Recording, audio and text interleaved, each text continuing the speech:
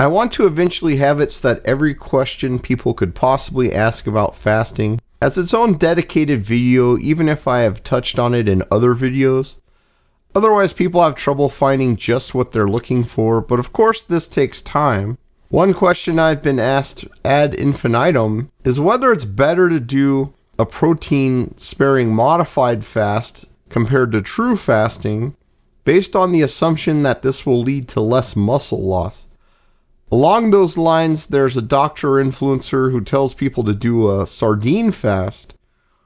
In short, the answer is no, I don't recommend either of these so-called fasts, but I will put an asterisk there because you could do something similar and get some benefits. And it's also important to realize why this is the case. Once you do, it will bolster your confidence in fasting and make the experience more successful and relaxing. Otherwise, you might be tempted to take dangerous shortcuts instead. For your height, your weight puts you in what we call the disgusting range. Fortunately, there are solutions.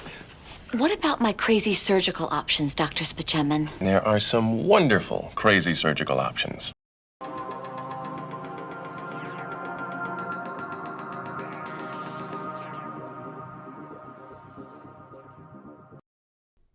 Most influencers believe that being in ketosis is the same as being in autophagy, but this is absolutely not true. They are totally separate, and it is mTOR stimulation that dictates whether the body is in autophagy or not. Also known as the mammalian target of rapamycin. This is what triggers the growth state inside of cells, and while certain things like insulin can ramp up this ability, it's actually protein that says whether it's on or off. And when mTOR is activated, there's simply no autophagy because your body senses that it has the materials it needs to create proteins without scavenging protein from the body, which it would then destroy and turn into other proteins or use to create glucose. This is mainly driven by protein, and while there are many things that can turn it up and activate it higher or reduce it, when protein is lacking in the diet, it just shuts off completely. To get maximum autophagy, you need it to be completely off, and you really need a full 72 plus hours of fasting to achieve this. This maximum level will last until the 14th day totally fasted, and then interestingly it will start to dwindle, probably implying that the body tends to run out of things it can safely recycle at this point, and probably that the body slows down its metabolic rate at this point too. And this seems to be borne out by studies of dieting where after a couple of weeks you just kind of stop losing weight unless you cut the calories down even further. So for a healing fast, 14 days would probably be the most you'd ever want to do at one time in normal circumstances. But for most people, 36 to 96 hour fasts are probably the best bang for the buck when it comes to fasting. You'll get the most benefits for the fewest side effects and effort that way. And you won't get the danger that you can get in these very long fasts, especially for people with heart problems. Eating protein stimulates mTOR, and this will turn off autophagy. Thankfully, you can still get some benefits of fasting while eating up to 18 grams of protein per day, and this is called a fasting mimicking diet. A fasting mimicking diet could be beneficial for people who just don't have the good health that's needed in order to do true fasting, and it'll ease the fears of many other people because most people really can fast, and it's probably much more easy and effective to do a water fast, and you're actually going to be less hungry in most cases, and you'll get more benefits in a shorter time, and you're just going to have more success that way. But this is a way to get started. When you have a high protein, low fat diet like the protein sparing modified fast, then you don't get any health benefits at all aside from perhaps some weight loss.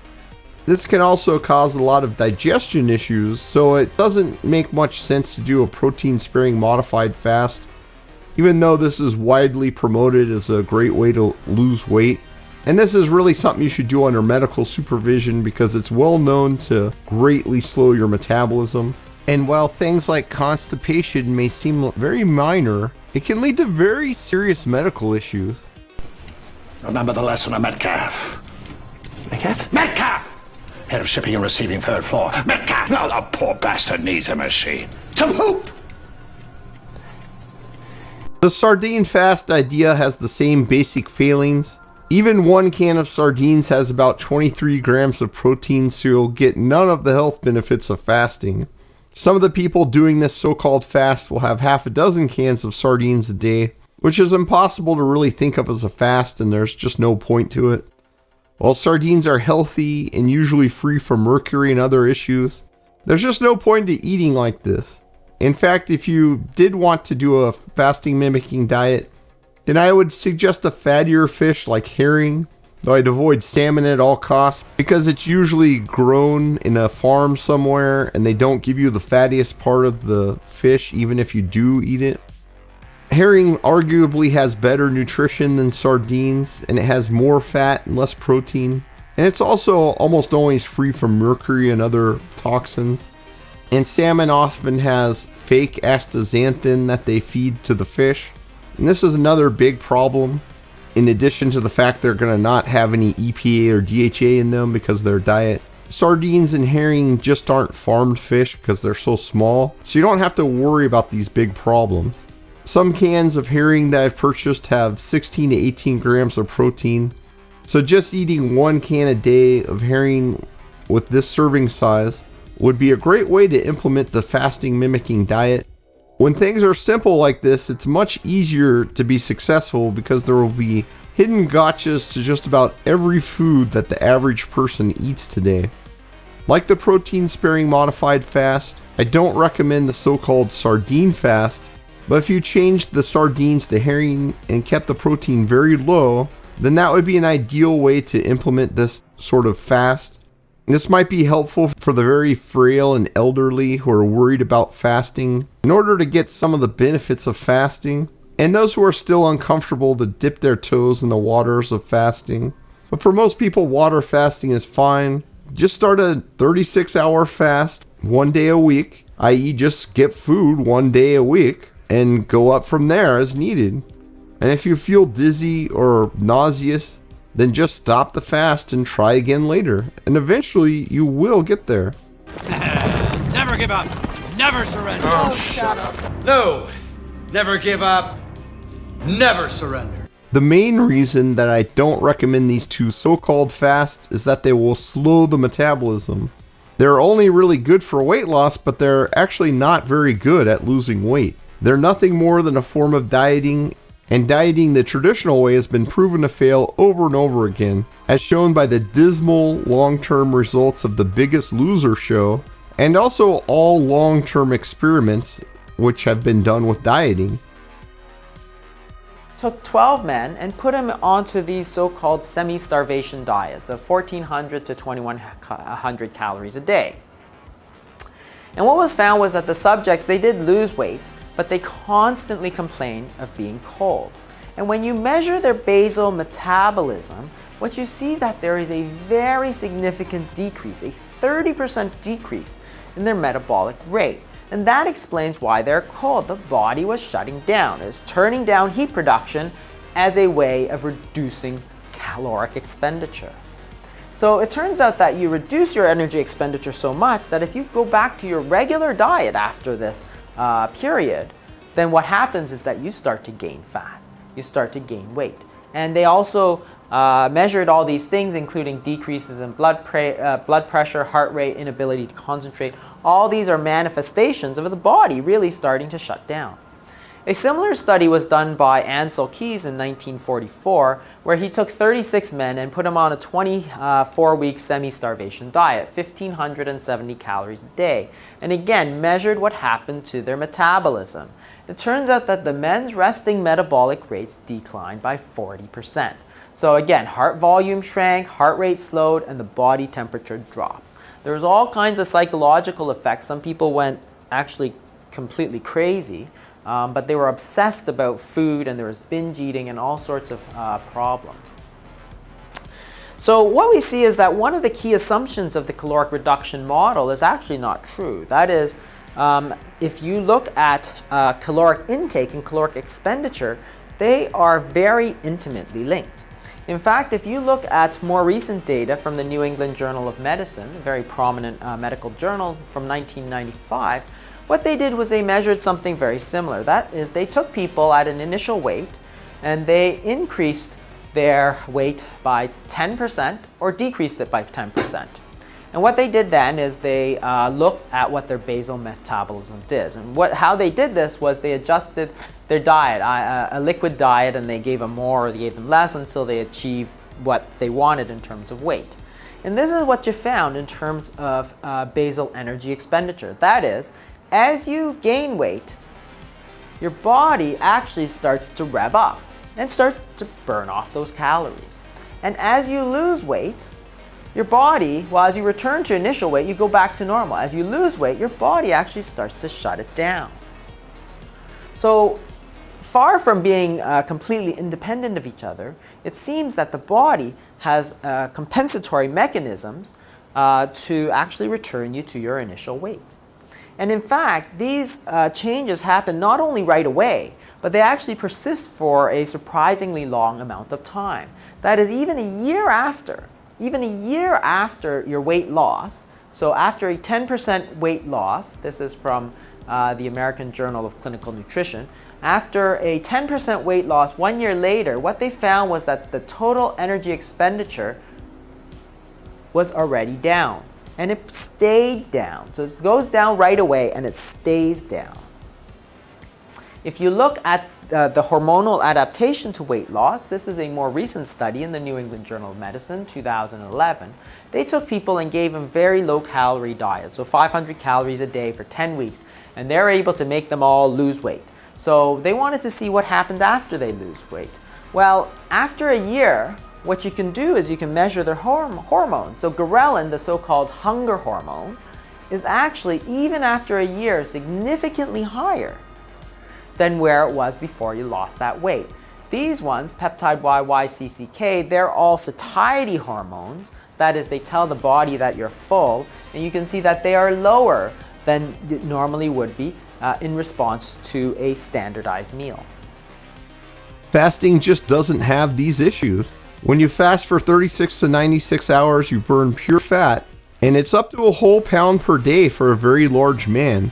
In fact, your metabolism goes up during these fasts, meaning you burn more fat than the calorie intake change would account for. So while you may have been expending 2,800 calories a day when you were eating, you'll actually expend something like 3,300 calories a day instead. So if you're worried about calories, or if you believe in the calories in, calories out BS, then fasting is proven by that idea, because it's the calories out that matters. That's because the fat use and storage is driven by hormones and feedback loops in your body, and your body is designed to operate this way. While fasting, hormones like adrenaline go up and lead to a great deal of fat being burned, and the mitochondria themselves also create more heat energy while fasting, which requires more fat burning. That's because the main time you're going to wind up fasting like this is going to be the winter, and you're going to have to produce more heat to stay alive. That makes perfect sense, because in nature we would have lots of times without regular food, and we would need that extra energy to find more food, i.e. to go hunting. On the other hand, a long period with reduced food would potentially be a big problem that was going to lead to starvation, and the body then slows down your metabolism to prevent this problem. That's why when you diet, it has the opposite effect as fasting. After just 1 week of dieting, your metabolism starts to go down, and it progressively goes down every week.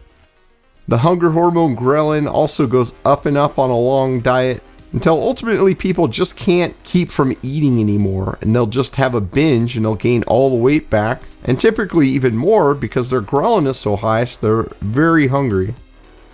Ultimately, when you fast for short periods to lose weight, you have the maximum weight loss efficiency possible, and when you diet, it is very inefficient, and you will wind up having to cut 10 times as many calories as the fat is composed of just to burn 1 pound of fat, because your body tries very hard to resist long-term starvation, and eventually it'll just stop working. People never believe this, even though the Minnesota starvation experiments prove this.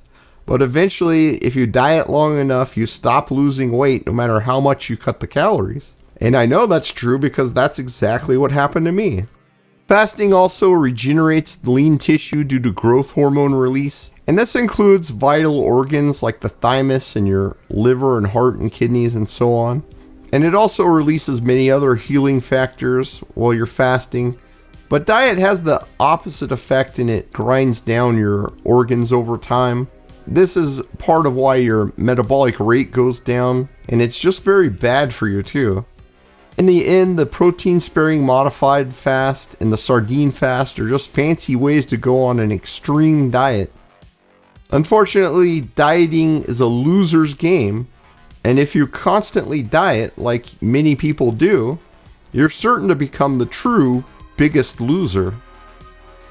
So let's see what happens in the real world, because really, this caloric reduction model, we've been testing it continuously. And probably the biggest trial that's ever been done is the Women's Health Initiative Dietary Modification Trial. And this was started in 1993, and it was a huge, very expensive trial. 50,000 women, and they were enrolled to either a low-fat diet, rich in fruits, vegetables, and fiber, and about 30,000, roughly, who just took kind of what they usually took. They used dietary counseling to make sure that people got what they thought they would get, and let's look at what happened. So if you look at total energy at baseline, they were taking 1,788 calories per day, and at follow-up they were taking 1,445 calories a day. So they were taking 361.4 calories less every single day. If you look at percentage fat, they went from 38.8% to 29.8%, which is very good. That's exactly what they were trying to do. And as a result, the amount of energy from carbohydrate went up from 44% to 52%. At the same time, they tried to exercise more. So if you look at the METs per week, which is a unit of exercise, they went from 10 to 11.4. In other words, they increased their physical activity by roughly 10%. So that's great. They ate less and they exercised more. So what happened to their weight? That's the question. So compared to the people with a normal diet, the people who took this very stringent 360 calorie reduction diet every day plus increased exercise, they barely lost any weight compared to the usual group over a period of up to 7 to 9 years. There was barely any difference. Less than 1 kilogram difference between the two groups. It simply doesn't work. So if you look at what they should have lost, everybody says, oh, well, if you're reducing 360 calories a day and a pound of fat is 3,000, you should have lost 36 pounds of fat in the first year alone. But in fact, their weight went from 76.8 kilos to 75.7 kilos, which is barely a kilogram of weight lost. But the problem with that is actually they lost lean mass as well as fat mass, because if you look at their waist circumference, it actually went up from 89 centimeters to 90 centimeters. So the cruel hoax of all these semi-starvation diets, or simply calorie-restricted, low-fat, calorie-restricted diets, is they do not work, okay? It has a perfect 35-year track record, unblemished by success, because caloric deprivation triggers two adaptive mechanisms which are going to work against you. You're going to reduce your energy output, and you're going to increase your hunger. So in the end, it's a self-defeating cycle. They don't work. And it's a cruel hoax because these women tried so hard for 7 or 8 years, depriving themselves, exercising for no benefit. In the end, they were just fatter than ever.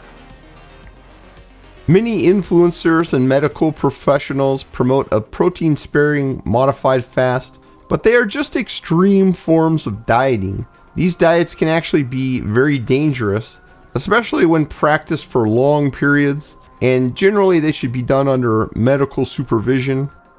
Constipation and slow metabolism are well documented dangers for a protein-sparing modified fast. A fasting mimicking diet, on the other hand, is a time-tested way to get some fasting benefits, including regenerating your beta cells in your pancreas, releasing stem cells, and much more. And this can be done in even those who are frail and elderly and are forced to take meds daily. And if you're going to do this, then fattier fish like herring would be a better choice than a sardine. And you're going to have to keep the protein under 18 grams. And then you would just do this for 3 to 5 days. But keep in mind, since autophagy is turned off by protein consumption, which is driven by mTOR, you also don't get most of the benefits that come from fasting. This includes growth hormone release and much more, including reducing ghrelin over time, which is what's ultimately going to determine whether you succeed in weight loss or not. The fasting state is essentially dictated by mTOR status, not by whether you're in ketosis or not, and not even by your insulin levels. Like all dieting, these modified fasts will slow down the metabolism over time. Humans and experiments show that you can continuously go from fast to fast without slowing your metabolism, and in fact the tendency is to have more lean tissue like bone and muscle and collagen over time when you do these fasts back to back. So while these ideas are commonplace, water fasting is going to have better results for both weight loss and for health issues, which are what are most important to me. Fasts of 36 to 96 hours won't cause metabolic slowdown and will have maximum fat burning efficiency. And when you burn 3,500 calories of fat while fasting, you actually lose a pound of fat. When you cut out thousands and thousands of calories from dieting, you might not lose anything at all. These forms of modified fasts will yield nothing but a slow metabolism and hunger in the long run. Fasting isn't a fad, it is the lifestyle of all of our ancestors for countless years. Shortcuts may seem appealing, but will cause even more problems in the long run, and ultimately, you just don't need them. Lad, remember, the solution was in you all the time. All you have to do is... Bye, Dad.